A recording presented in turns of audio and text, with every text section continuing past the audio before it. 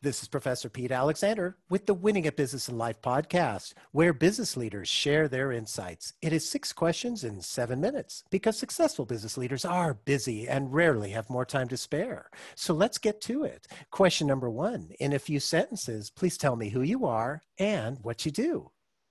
Thanks for having me. First of all, I'm Darlene Hayes, and I'm the President and CEO of Vision Utility Partners. We do design for gas, electric, and communications for large commercial firms and residential subdivisions and everything in between. Darlene, it's great to have you on the show. Question number 2. What's the best thing about working in your industry?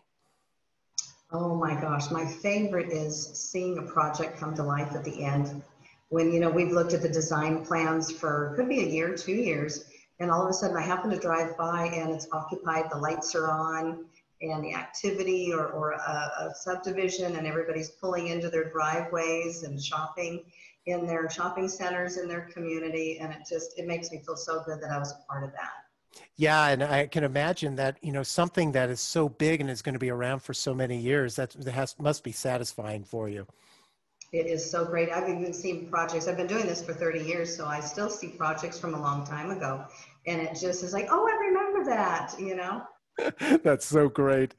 Question number 3. I have a fictitious book with all the answers for business. What chapter would you think most companies should read? Oh, it should be chapter number 1, which is mindset. When I became an entrepreneur, I realized that my mindset really needed some work.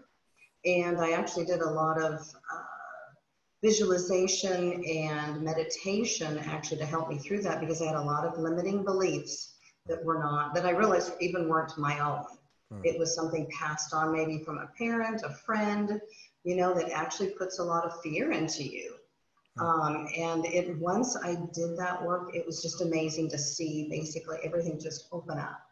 And all the desires and all the work that you put in, you could see it actually coming to life, everything just becoming better. Yeah, when you get out of your way, there's nothing stopping you, I guess. Is that right? That is absolutely it. I was shocked, actually, when so I felt like all the doors just started opening of what I truly wanted, but had that fear that didn't realize what it was doing to me and the firm. I totally can appreciate that. Question number 4. Other than the generic work harder, have a great attitude, and care for customers, what advice or insight would you give to other business leaders? Another lesson well learned, self-care. And if you're not taking care of ourselves, it's hard to take care of others, whether it's in the business or even in your family as an entrepreneur. You can come home and there's not much left sometimes at the end of the day. And so just taking that a day off to go for a walk, be in nature, retreats have been just amazing for me. And even just that day to work on the business, but not in the business. And I try to do that quarterly, which has really been helpful in setting goals and not being in the office. And it's so important to be able to take that time, as I'm assuming for you as well as people that I've talked to in all different industries. If you don't take care of yourself and do that self-care, if you break down, you can't take care of your business, you can't take care of your significant other, your kids, etc. Am I right when I Absolutely. And I obviously have a husband and daughter, and actually my dad that lives with us. So if I'm not at the top of my game, for them, then that's not okay. Absolutely. Not okay for me. Absolutely. Very insightful. Thank you. Question number 5. What other business leader like yourself would you like to acknowledge and invite to be on my podcast?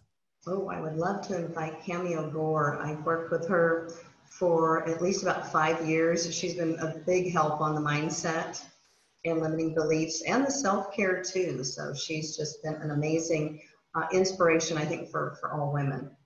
Perfect. I'll reach out to her. Thank you for that.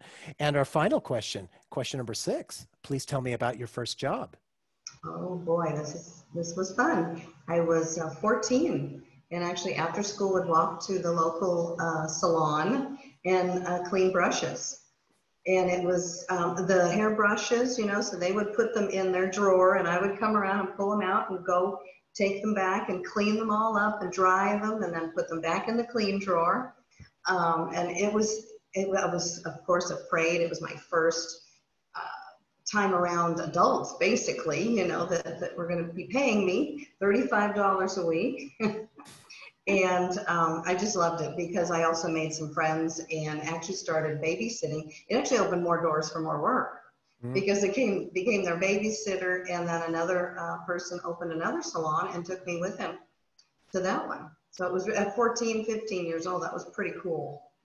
It sure sounds like it, and it's interesting because I've obviously seen the brooms sweeping the hair on the floor, but it never dawned on me that the brushes, of course, would need to be cleaned as well. So there was actually somebody there that went around and did that.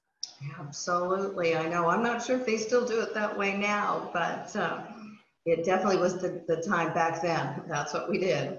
And I love the fact that it opened some other doors for you. So it's a great like foot in the door opportunity for some bigger and better things.